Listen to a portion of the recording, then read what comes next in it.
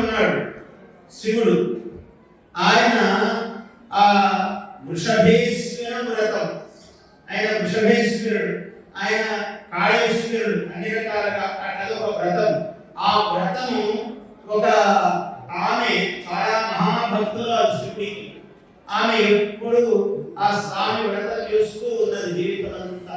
చేస్తూ ఉంటే ఒకనాడు ఆమెకు అల్పాయుష్యం ఇచ్చాడు యమధర్మరాజు. బ్రహ్మదేవుడు అల్పాయుష్యం ఇచ్చాడు.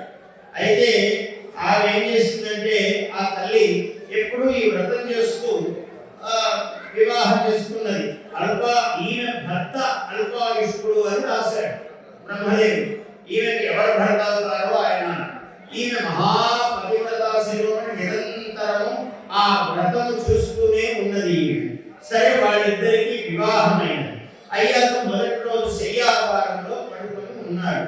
ఇంకా ఇలా గదిలోకి వెళ్ళారో లేదో తలుపు తట్టాడు ఆయన నుంచి. ఒక ఆయన తలుపు తడితే కథ కాబట్టి అలా చెప్పుకోవాలి. ఆయన తలుపు తట్టాడు. తలుపు తడితే కవాకం ప్రహరతి, ఎవరు తలుపు కొడుతున్నారు అని అడిగింది ఆమె. యమహ అన్నాడు. నేను యముణ్ణి అన్నాడు. అంటే సరే, ఆమె శివదీక్షలో కూర్చొని మంత్రం చెప్తూ కూర్చున్నాడు. ఆ వ్రతం నియమం తెలుసు కదా అన్నట్టు వ్రతంలో కూర్చున్నాడు.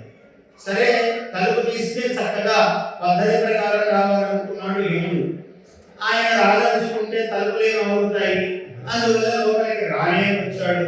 ఈమె ఎంతసేపటికి తలుపు తీయటం లేదని రానే వచ్చి నేను ఇతని ప్రాణంలో తీసుకెళ్తున్నాను అన్నాడు. ఆమె వ్రతంలో శివదీక్షలో కూర్చున్నది, శివమంత్రం చెప్తూ ఉన్నది. శివమంత్రం నడిచే చోట యమునికి స్థానం లేదు, రావడానికి అవకాశం లేదు. రానైతే వచ్చాడు కానీ ఆయన ఆ ప్రాణములను పాశంతో తీసుకోవడానికి ఆయన శక్తి సారటం లేదు. ఆ సర్వేశ్వర వ్రతం. ఆ సర్వేశ్వరుడు ఏమైంది? సర్వేశ్వరుడు ఆయన. ఆ సర్వేశ్వరుడు ఒక క్షణంలో సర్పం అయ్యాడు స్వామి.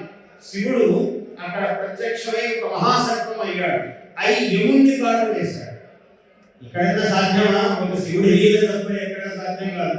యముణ్ణి కాటు వేస్తే యముడు స్పృహలోకి పడిపోయాడు.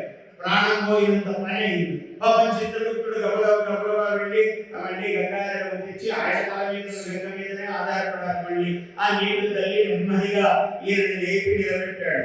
ఏగా నా భక్తురాలి దగ్గర ఆమె భర్త ప్రాణం తీసుకెళ్ళడానికి నీకు ఎవరు అధికారం ఇచ్చారన్నాడు.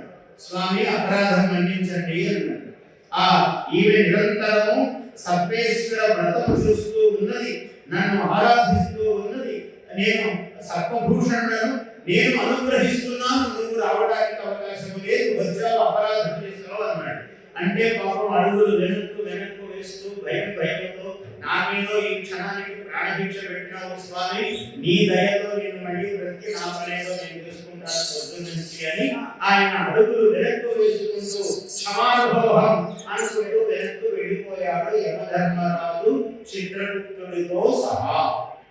చూసారా? అప్పుడు ఆయన మామూలుగా ప్రత్యక్షమై ఆయన నీకు చిరంజీవిత్వమును, నీకు దీర్ఘాయుష్యమును ప్రసాదిస్తున్నాను తల్లి, నీకు దీర్ఘసుమంగళీభవ అని ఆశీర్వదించాడు పరమేశ్వరుడు. చూసారా? ఆయన లీలకు అడ్డు ఏముంది? Please subscribe to our YouTube channel. Like and share this video.